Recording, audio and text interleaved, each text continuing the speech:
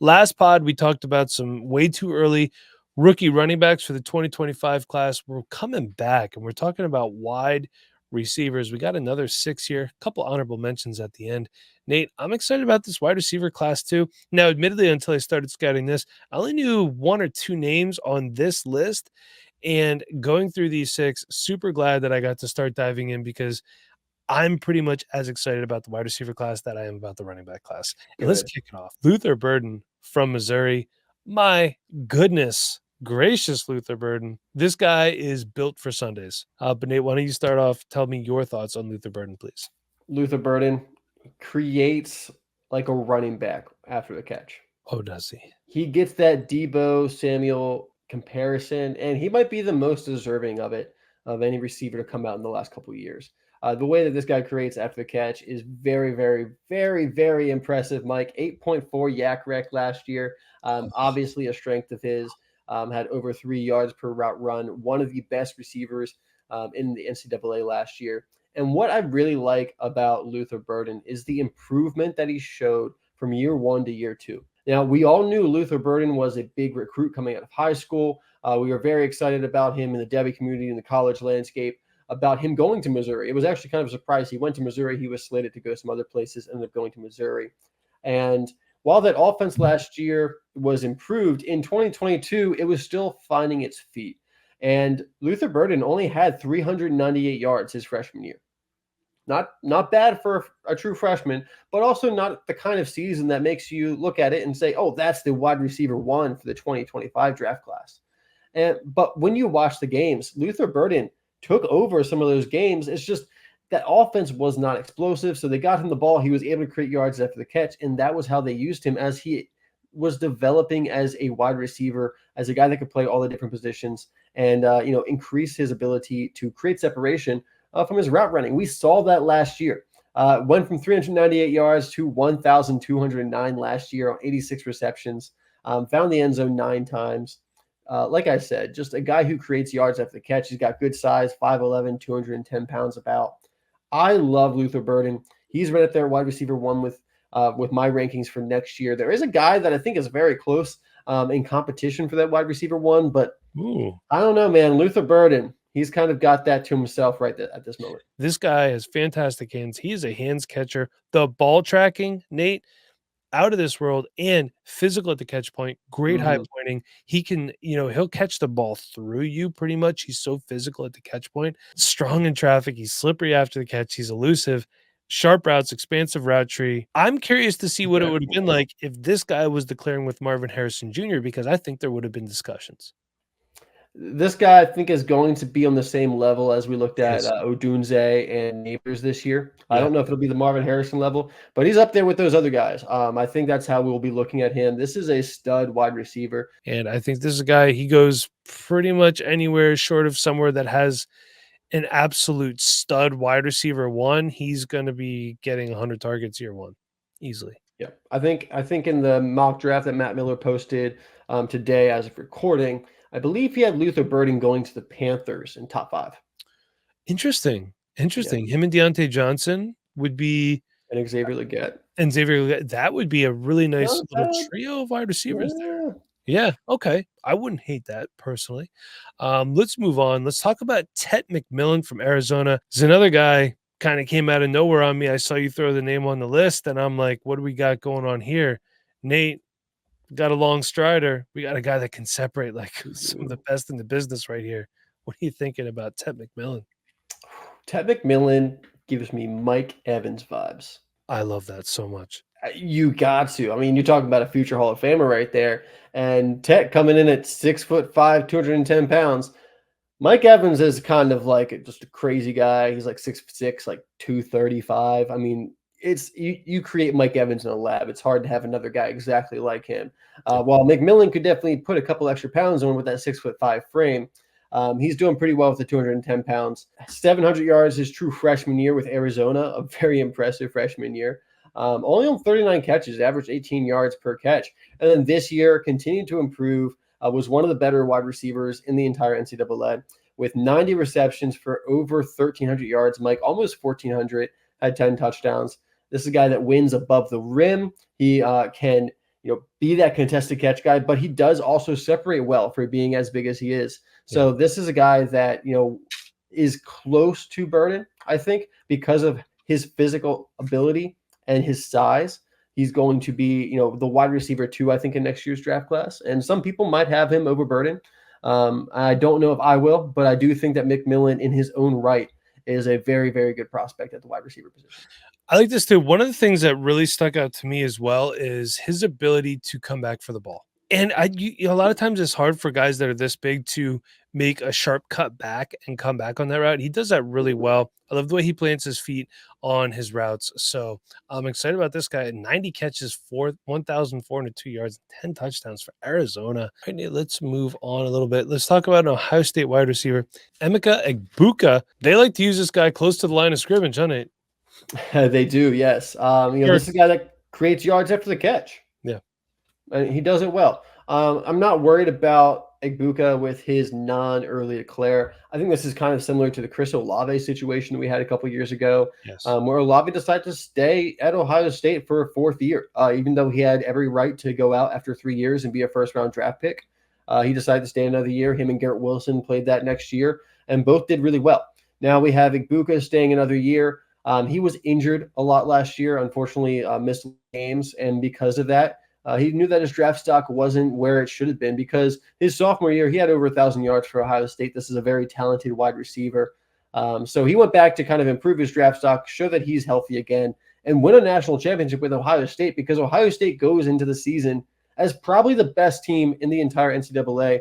They are absolutely stacked on the offense, stacked on the defense, and Egbuka should be a feature player. They do have some good wide receivers there with Egbuka, but he is the veteran, and I expect him to have a season, over 1,000 yards, show up as a main part of that offense, and probably be a first-round wide receiver.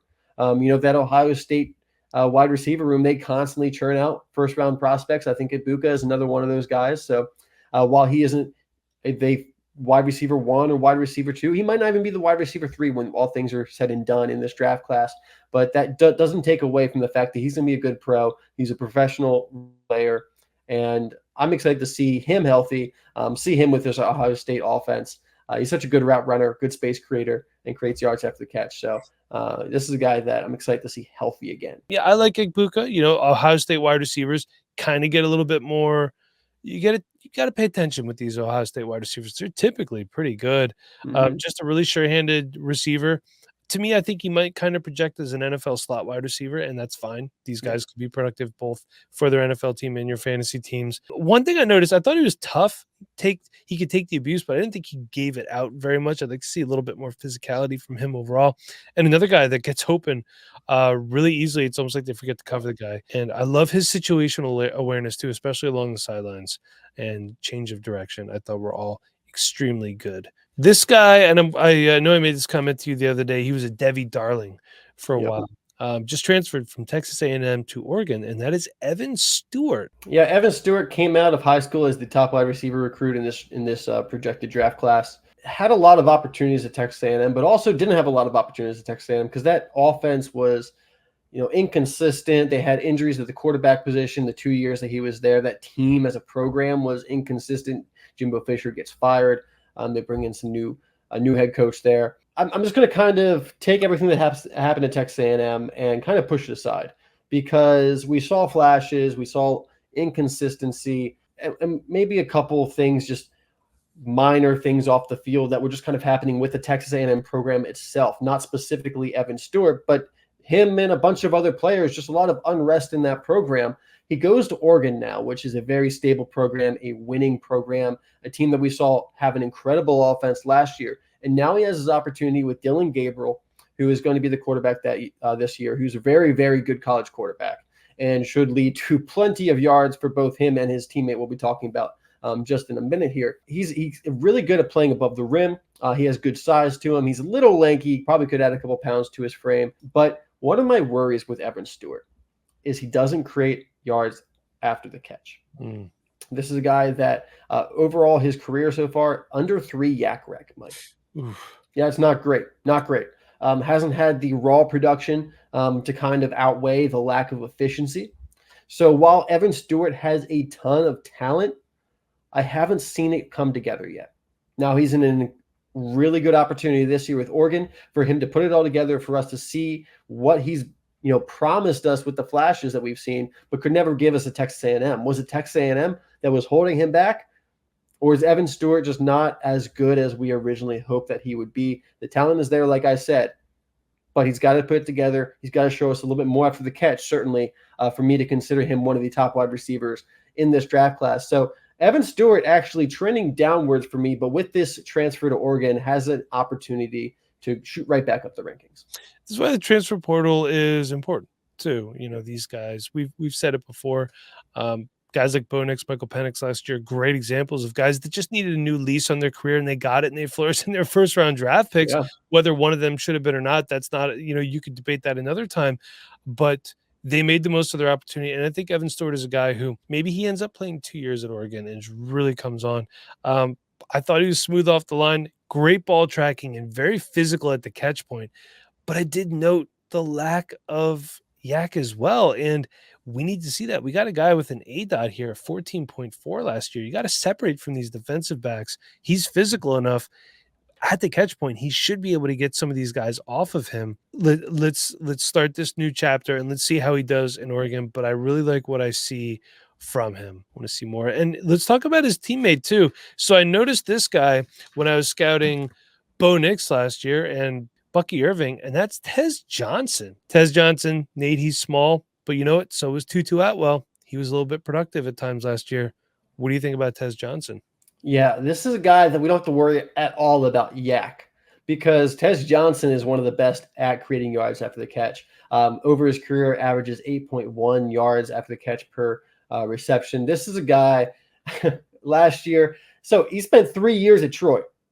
Okay, transfers to Oregon, from Troy to Oregon, who was playing, to win a national championship last year. They're playing high-level football, and he walks in the door, catches 86 passes for 1,182 yards and 10 touchdowns. It's just insanity.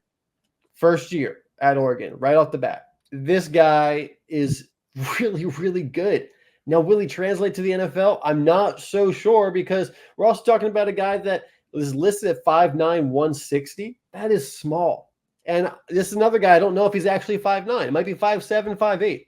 Yeah. And at the wide receiver position, even though he's probably going to play the slot the next level, if you're telling me he's 5'8", 160, let's say he gets up to 165, even 170, that is still an outlier. That's not someone seen really succeed at the next level. Recent examples of Devonta Smith, who's a little lanky but much taller. Tank Dell, who's lanky, a little bit taller as well. What's going to happen here with Tez? I'm not sure, but he has the talent, that is for sure. Like I said, incredible at creating yards after the catch. Not only did he go into Oregon his first year and put up those numbers, he did it across from Troy Franklin, who was a day 3 pick, but arguably, day 2 talent. He comes in and gives Troy Franklin a run for his money.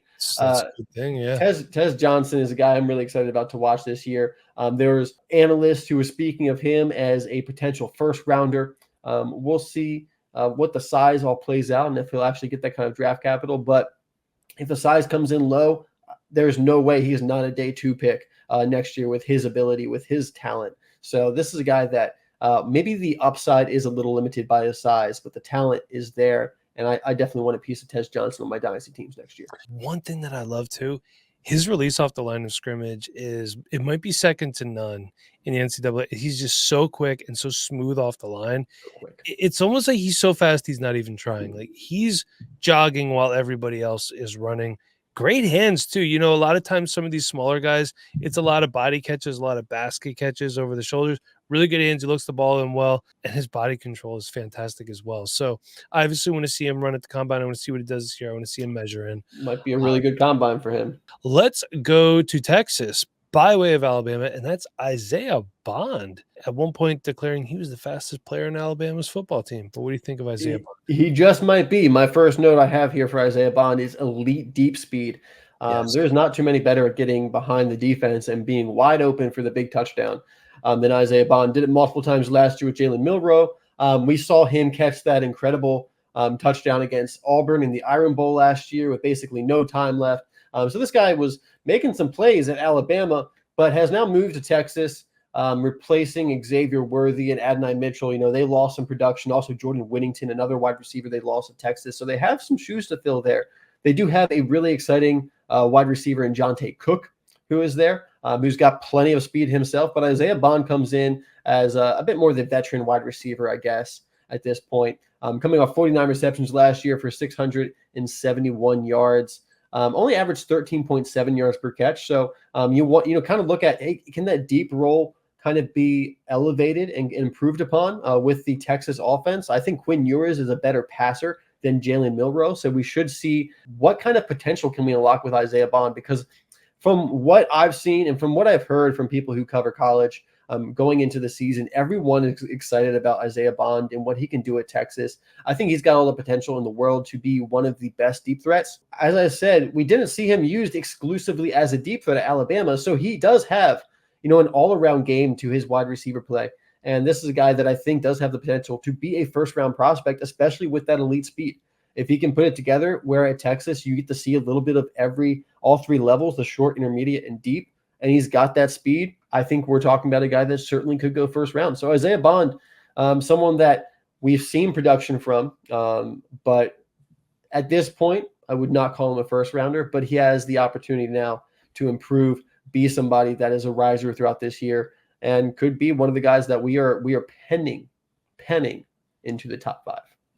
Beautiful. I don't have much to add. Just love his hands, love his ball tracking, how physical he is, and just his ability to separate down the field. Definitely uncanny. A lot of times these deep ball guys, they still have somebody draped all over them. Not Isaiah Bond. Nate, it looks like you have a few honorable mentions for us at the wide receiver position. What do you got? I sure do. There's always wide receivers to watch. There's a lot of wide receiver talent in college right now. So there's 4 guys here. There's plenty more we could be talking about. There's always the opportunity for these guys to take the big jump up and be a riser throughout the season. But 4 guys I want to mention real quick. Trey Harris from Ole Miss, another one of these Ole Miss wide receivers who is big, strong, physical. I believe he's like 6'2", 210 or something like that, thick. Had the opportunity to declare for the draft this past year. Possibly would have been a day 2 pick. I think some people would agree with me there. But decided to go back. Ole Miss is putting together a really good team this year, trying to go for the national championship. This is a year that they've circled with their recruiting and how they've used the transfer. So Trey Harris went back, and he's going to have every opportunity with Ole Miss, who should be in the national spotlight this year, to show up and show out. So Trey Harris, someone we got to keep an eye on. And then down in Miami, Zach's going to be happy about this one. Xavier Restrepo, someone who has led that Miami wide receiver room over the past 2 years and is one of those prototypical PPR target hogs, going to have a lot of receptions, going to get open a lot, could play on the slot at the next level. So Xavier Restrepo is someone I'm keeping an eye on, especially with Cam Ward there. If Cam Ward is who has been advertised, Restrepo should be looking at easily over 1,000 yards, could be looking at 80 receptions, something like that. He could have a huge year for Miami this year. Another player I want to mention, coming from Colorado State. Over the past 4 years, he's been really productive there. Another one that we thought might be coming out last year, but decided to stick around for another year. So he will be a 5th-year senior, Mike. I know some people aren't going to like that. But Torrey Horton over at Colorado State is a very physical receiver, has been productive, like I said, over the past couple of years, has years of experience. He's a very pro-ready wide receiver. So we're going to keep an eye on him. I'm not sure my expectations of Colorado State this year, but I do expect Horton continue to have another good year out there with them. And then one last player I want to mention before we head out here, Mike, is Deion Burks from Oklahoma, transfer there from Purdue. I think Oklahoma, with Jackson Arnold, their quarterback there, had some struggles in the bowl game at the end of last season, but was highly recruited, and I think he's going to have a pretty good year. And his main wide receiver should be Deion Burks, who had some big flashes at Purdue, but that offense was not set up for him to have a huge season. So now he's at Oklahoma. He's going to have every chance that he wants there. And from what I've heard, he's already making some big splashes there. So keep an eye on Deion Burks. Nate would love to talk to you more about wide receivers, and his DMs are open in the Discord, patreon.com/Dynasty Rewind. Hop in for a week. We want to talk to you guys. Pop in, say hey.